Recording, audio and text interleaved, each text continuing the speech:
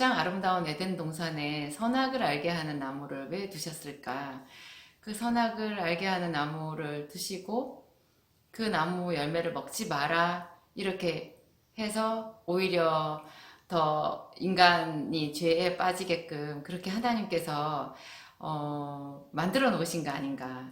애시당초 그런 게 없었더라면 우리는 에덴 동산에서 살 수 있었을 것이고 이렇게 힘든 인생을 살지 않아도 될 텐데 하나님께서 뭔가 인생에 좀 올무를 놔두시고 우리가 빠지는 거 보고 구경하려고 하셨던 거 아닌가. 혹시 그런 생각 해보신 적 있어요? 그런 발칙한 생각을? 음, 성경을 읽을 때는요, 때로 좀 발칙한 생각도 필요한 것 같아요. 그 발칙한 생각들을 통해서 우리가 하나님을 더 많이 알 수 있고, 새로운 질문을 드려보고, 고민해보고, 그거 가지고 기도해보고, 그러면서 더 하나님과 우리와의 관계가 돈독해진다는 생각이 저는 항상 들어요. 선악을 알게 하는 나무. 저는 어렸을 때 교회를 다니지 않아가지고 그것이 복숭아 나무인 줄 알았어요. 사과나무인가? 저게 선악과인가? 그 선악과라는 정확한 명칭도 잘 몰랐던 것 같아요. 나중에 이제 제가 대학생이 되면서 성경을 이제 본격적으로 읽게 됐는데, 선악을 알게 하는 나무. 나무의 종류, 오늘날 어떤 과일 같지는 않아요. 그냥 선악을 알게 하는 나무라고 그렇게 되어 있더라고요. 선악을 알게 하는 나무 열매를 왜 먹지 말라고 하셨을까?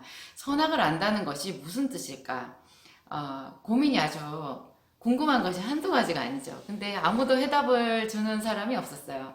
여러분들은 창세기를 1장부터 50장까지 읽을 때 마치 해답지가 없는 문제지를 보고 있다라는 그런 생각 혹시 해보셨어요? 저는 그랬어요. 이게 창세기를 읽으면 뭔가가 이게 이 사람들이 이렇게 하는 거는 잘못된 행동인데, 그런데 이 성경에서 그 성경 기자라고 그러죠. 성경을 쓴 분, 성경 안에 있는 그 말하는 목소리는 그게 뭐가 잘못됐는지를 그때그때 밝혀주지를 않고 그냥 여백으로 남겨두는 거예요. 그리고 그 다음 이야기를 하는 거예요. 도대체 이게 뭐가 잘못되었을까? 알고 싶은데 물어볼 데도 없고, 그런 식으로 해서 창세기를 제가 읽었던 생각이 들어요. 창세기뿐만 아니라, 그 다음에 출애굽기 그 이후에 모든 대부분의 성경도 특히 사사기 같은 것도 그렇잖아요. 읽다 보면 뭐가 잘못되었는지, 잘못되기는 잘못되었는데 이게 어떻게 하라는 이야기인지 물어볼 데도 없고 어떻게 해야 되나? 그러면서 다 물음표 해놓고 읽고 넘어갔던 생각이 나요. 이게 그래서 성경은 재미있는 책이고, 그래서 성경은 하나님이 우리에게 주신 평생 읽어야 되는 묵상책이라는 생각이 들어요. 그것이 성경의 매력인 것 같아요. 선악과가 최초로 우리가 생각해 볼 수 있는 그 커다란 물음표 중에 하나거든요. 도대체 왜 하나님이 에덴 동산에 선악과를 두셨을까? 그리고 그걸 만들어 놓고 왜 먹지 말라고 하셨을까? 그것을 먹었을 때 마치 하나님은 이 모든 것을 전능하신 하나님, 전지하신 하나님은 다 아셨을 텐데 이걸 다 알고 하나님 짜놓은 시나리오가 아니었을까? 이런 여러 가지 생각들 하게 되는데요. 선악을 알게 하는 나무 열매. 그것은 결국 그 에덴 동산은 모든 것이 완벽하잖아요. 모든 것이 완벽한데 그 안에서 단 하나 하나님의 어떤 주권을 표시하는 나무였던 것 같아요.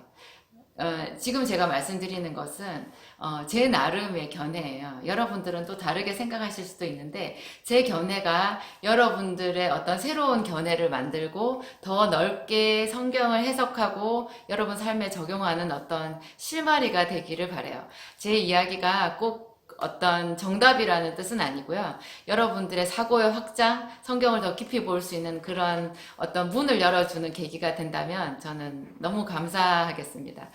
제가 봤을 때 제 견해에는, 그게 이제 하나님의 주권. 그러니까 이것을 먹지 말아라 하는 것이 어떤 하나님의 통제잖아요. 그러니까 제 방을 쌓아놓고 물이 넘지 못하게 하는 것처럼 하나님께서 그곳의 주인이시고 아담과 하와는 피조물이잖아요. 그들에게 하나님의 주권을 표시하는 하나의 어떤 통치 방법이었던 것 같아요.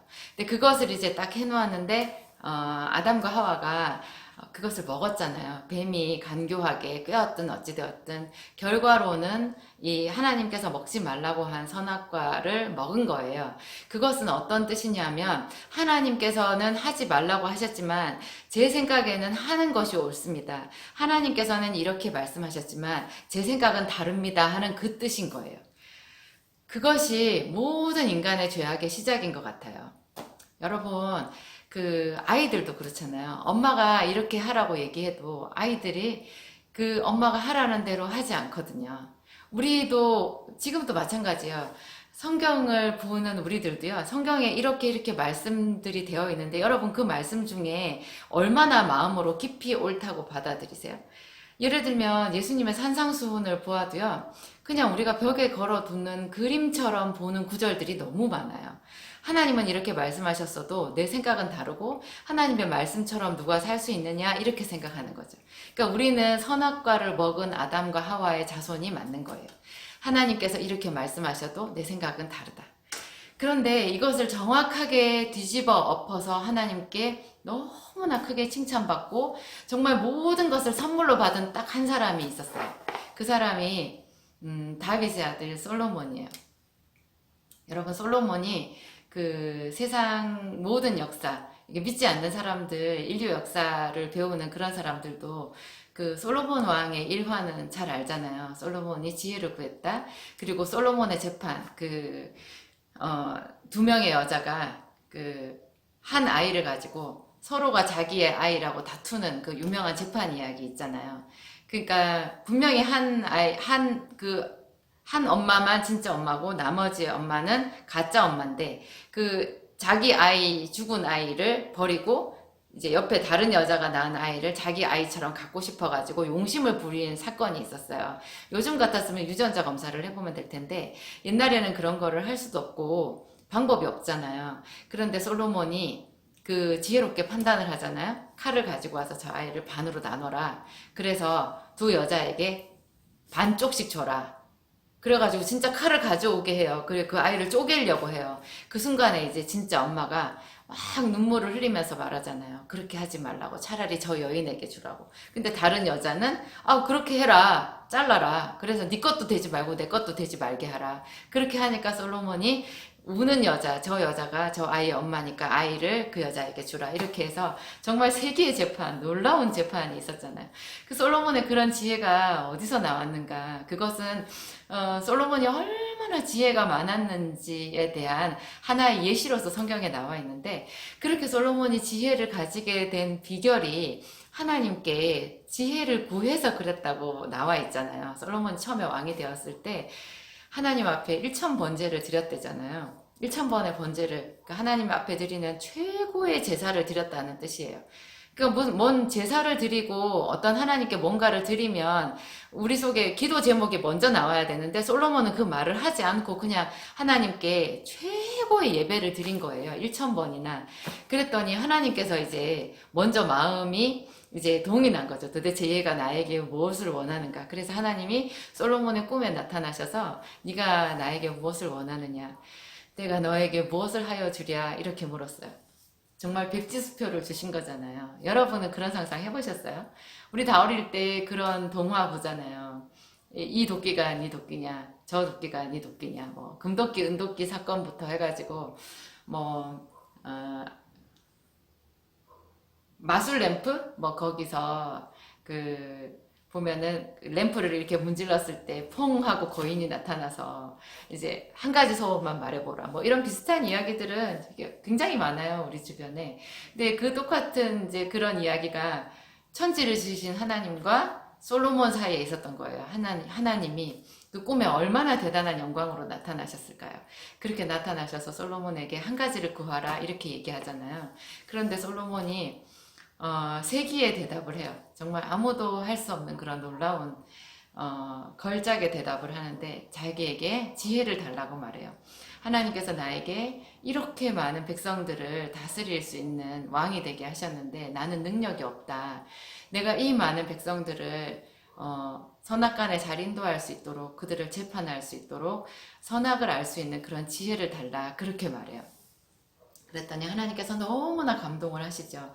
네가 나에게 원수의 생명을 구한 것도 아니고 부를 구한 것도 아니고 오래오래 살 수 있게 생명을 구한 것도 아니고 어떻게 네가 나에게 지혜를 구했느냐. 내가 너에게 이 모든 것을 다 주겠다. 너에게 지혜도 주고 그 위에 네가 구하지 아니한 것까지 다 주겠다. 근데 우리가 여러분 그 장면에서 감동을 받는 것, 왜 감동을 받을까요? 혹시 여러분 솔로몬이 지혜를 받았다라는 그 말보다 하나님께서 부도 주시고 명예도 주시고 다른 모든 영광을 솔로몬에게 다 주었다라는 거기에 혹시 더 감동을 받지 않으시는지 모르겠어요. 저도 좀 많이 그런 것 같아요. 그 지혜라는 것이 그렇게 빛나는 것이라는 생각을 제가 전혀 하지 못했어요. 정말 지혜가 얼마나 귀한 것인지. 여러분, 솔로몬이 구한 지혜가 선악을 분별하는 지혜예요. 그런데 여러분, 언제 한 번이라도 하나님 앞에 선악을 분별하는 지혜를 달라고 정말 진지하게 구해본 적 있으세요? 그렇게 구해본 적이 있으신 분은 정말 신앙이 깊으신 분이에요. 대부분 우리는요, 모든 선악간의 판단을 우리 스스로가 해요. 선악과를 먹을지 말지를 스스로 판단했던 아담과 하와처럼. 아담과 하와는 하나님이 먹지 말라고 했지만 그것을 자기가 보기에 좋아 보여서 먹었잖아요. 근데 우리는 그 아담과 하와의 후손인 게 확실해요. 제가 앞서서 말씀드린 것처럼 정말 우리는 이 길이 맞는지 저 길이 맞는지 어떻게 해야 되는 것인지에 대해서 정말 진지하게 하나님 앞에 질문하는 일이 별로 없거든요. 거의 없어요. 그냥 내가 정해놓고 이것이 되게 해달라고 하나님 앞에 기도하는 거예요. 근데 하나님이 정말 원하시는 것은 그 어떤 것이 옳은 것인지 매사에 범사에 하나님을 인정하고 내가 보기에 선해 보여도 하나님의 말씀에 비추어서 아니면 그냥 단호하게 내려놓기를 원하시는 것. 정말로 선악간의 판단이 서지 않을 때는 하나님 앞에 그 부분에 대해서 내 마음을 다 내려놓고 정말 참으로 구하는 심령이 되는 것, 그것을 원하시는 거죠. 솔로몬이 그 에덴 동산에서 아담과 하와가 범죄하였던 그것을 뒤집은 단 한 사람인 것 같아요. 오늘 우리가 그렇잖아요. 오늘 우리가 예수 그리스도를 길이요 진리요 생명이라고 믿고 있잖아요. 저도 언젠가 길을 잃었다라고 생각한 적이 있었는데 정말 이상하더라고요. 저는 항상 예수님의 말씀대로 기도하면서 살았다고 생각했는데 그 가운데서 제가 하나님의 뜻일 것이라고 생각하고 선택했다고 그렇게 생각했는데 어느 날 제가 막다른 골목에 들어가 있더라고요. 그때 정말 그 막막함, 이를 다 말을 할 수가 없었어요. 아, 내가 길을 잃었구나. 길을 잃었구나. 그러니까 결국 선악간의 판단을 못하고 꼬여버렸던 거예요. 그 순간에 제가 생각했어요. 길을 잃었다라는 생각이 든다면 더 감사한 일이다. 예수님께서 나에게 내가 너의 길과 진리와 생명이 된다고 말씀하셨기 때문에. 그래서 제가 그 자리에 엎드려서 하나님께 하나님 저의 길을 열어주세요. 저의 길이 되신 하나님 당신을 의지합니다. 하나님은 항상 제가 과거에 했던 어떤 잘못된 선택을 책망하지 않으셨죠. 하나님 지금 이 순간에 이 길에서 내가 어떻게 앞으로 나아가야 되는지 저의 선악간에 인도해 주시고 저를 이끌어 주세요. 그렇게 기도했던 거예요. 하나님이 정말 놀랍게 제 기도를 받아주시고 열려있는 길로 저를 인도해 주셔서 여기까지 오게 된 것 같아요. 근데 항상 그런 순간은 그 언제나 우리 삶에 매일매일 있는 것 같아요. 매일매일 우리가 예배를 드릴지, 친구를 만날지, 또 성경책을 읽을지, 또 지금 쉴지, 어떤 새로운 일을 시작해야 될지, 이 돈을 투자해야 될지, 저축을 해야 될지, 뭐 이런 것들 있잖아요. 이런 모든 것에 대해서 우리는 항상 판단을 해야 되는 기로에 서게 되는데 우리 마음속으로 솔로몬과 같은 그런 재판을 하고 있는 거예요. 이것이 옳은지 저것이 옳은지 이 여자가 엄마인지 저 여자가 엄마인지. 그런데 그런 부분에 대해서 정말 진지하게 하나님 앞에 매일매일 질문하는 그 사람이 바로 하나님의 사람이고 원죄를 극복하고 예수 그리스도를 따르는 온전한 그리스도인이라는 거죠. 여러분 오늘 제 이야기 재밌으셨어요? 다음에는 또 더 새로운 이야기 여러분께 들려드리도록 하겠습니다. 감사드립니다.